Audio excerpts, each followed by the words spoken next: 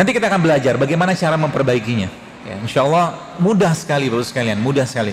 Saya akan jelaskan toolsnya, softwarenya, aplikasinya apa yang kita bisa pakai.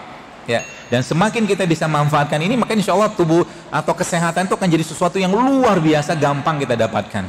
Ya, tapi kata kuncinya tadi ya, kita harus jadikan ini sebagai ketaatan kita harus jadikan ini sebagai rasa syukur kita. Jadi hidup sehat itu ya harus membuat kita lebih taat. Percuma minum madu, percuma minum habatus soda, percuma segala macam yang aktivitas sehat itu dilakukan kalau malam nggak bangun, ngaji nggak selesai satu hari, sedekah begitu-begitu aja. Dari SMA, dari kuliah, dari menikah segala macam sedekah nggak pernah ada perubahan, misalkan. Ya, apalagi kadang-kadang kencelengan lewat, 2000 tuh nggak perlu tutup-tutupin lah, masukin aja lah. 100.000 oke lah tutup, kalau 2000 nggak perlu tutup lah. Semua juga orang kayak begitu 2000 ya. Itu nanti saya jelaskan. Ya, jadi kembalilah kepada Allah ya, kembalilah kepada Allah. Kalau lagi sakit, yang dikerjakan pertama kali bukan ke dokter, bukan ke rumah sakit, kecuali emergensi sih ya. Bukan ke herbalis, bukan ke pembekam, tapi sholatlah dulu 2 rakaat, minta petunjuk kepada Allah. Itu dulu yang pertama kali dikerjakan. Kenapa? Apa susahnya Allah menyembuhkan kita Bapak sekalian? Begitu mudah Allah menyembuhkan. Cuman seringnya manusia lupa sama Dia. Mobil Toyota kalau dibuat pasti ada spare part, pasti ada onderdilnya. Maka kita juga sama. Kalau kita manusia ya, ada onderdilnya, ada suku cadangnya, ada aplikasinya. Maka manusia itu dikasih Allah aplikasinya.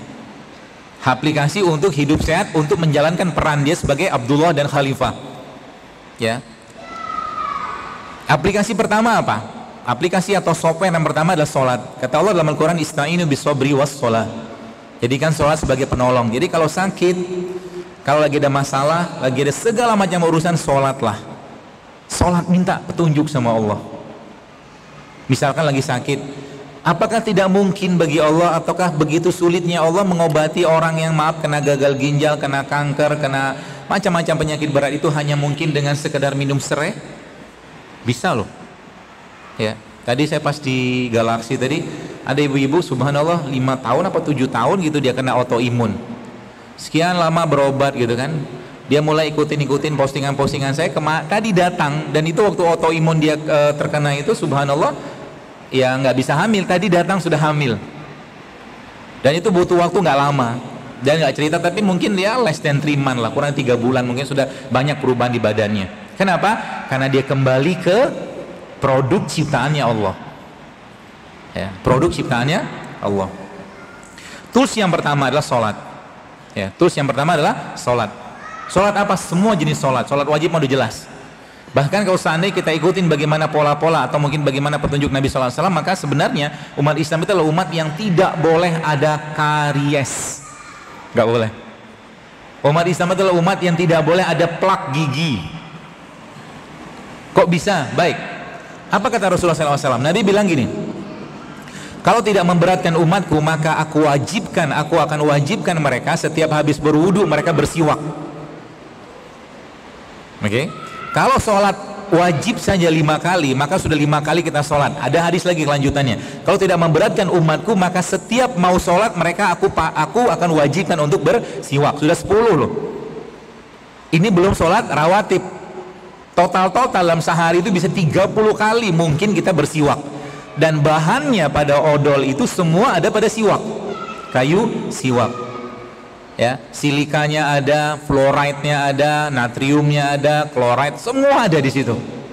Sehingga kalau kita pelajari, termasuk salah satu sunnah kenabian adalah bersiwak. Itu bersiwak. Ya.